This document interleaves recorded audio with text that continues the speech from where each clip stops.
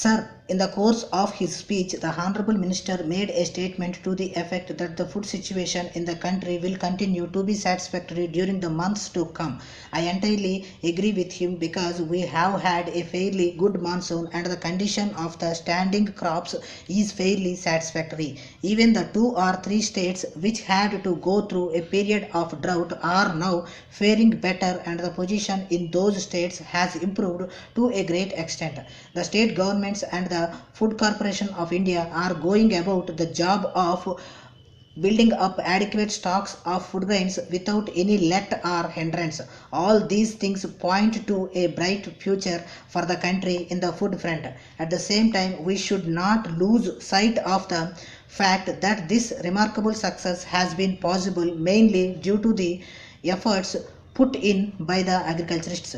Our farmers have always been very enthusiastic about following the improved methods of farming evolved by the various research institutes every now and then. So they deserve to receive continued encouragement at the hands of the government in the years to come. But there are some factors which tend to dampen the enthusiasm of the farmers, and these have to be removed in the interests of the country. One of these factors is the arising of disputes between states in the matter of sharing river waters between themselves. Of course, we have a law which empowers the government to refer such interstate river water disputes to a tribunal. But till such time the tribunal goes into the whole question and comes out with its award, the farmers of the states which are parties to the dispute have to remain in a state of anxiety. Such a state of affairs will not be conducive to the development of agricultural production in those states. So it will be better if such disputes are settled amicably by having discussions. The government of India also can help in bringing about such settlements by using their good offices to the extent possible. Sir, the public distribution system is working very well in our country due to the sincere efforts taken by the central government and also the state governments. Some years ago, a committee appointed by the union government made suggestions as regards the commodities that should be made available through the public distribution system. While most of those articles are being made available, there are some items which are always in short supply. One such item is the cooking oil, which is prepared by refining a particular variety of palm oil. Groundnut oil, which is used as cooking oil in certain parts of the country, has an industrial use also in the manufacture of certain goods. Therefore, its price goes up in certain months to such an extent that ordinary people are not in a position to buy it for cooking purposes.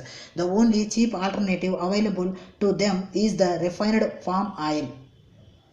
This particular variety of cooking oil is not produced in our own country, so it is imported by the State Trading Corporation of India and marketed through the public distribution system at prices fixed by the government. But the supplies affected by this corporation do not match the ever-growing demand for this commodity. I therefore request the government to take all possible steps to import this cooking oil in larger quantities. Another commodity which is not available through the public distribution system nowadays is the cheap variety of cloth.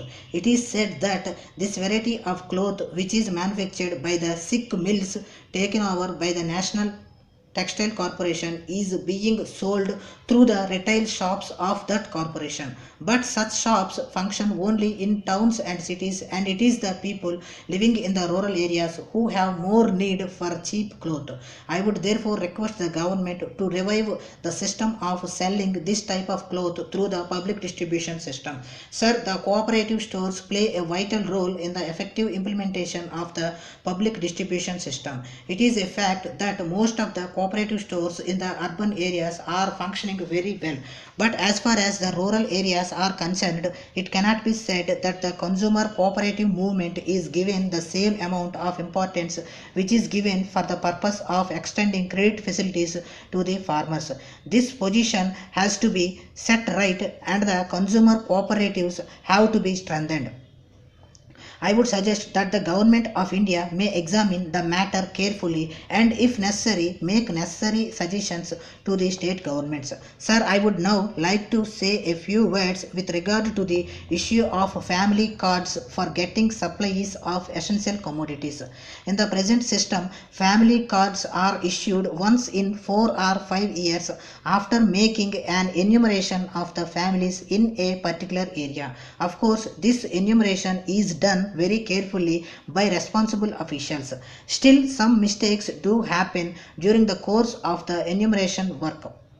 Sometimes some areas in a town are completely left out and the families living in those areas have to go without family cards for a long time.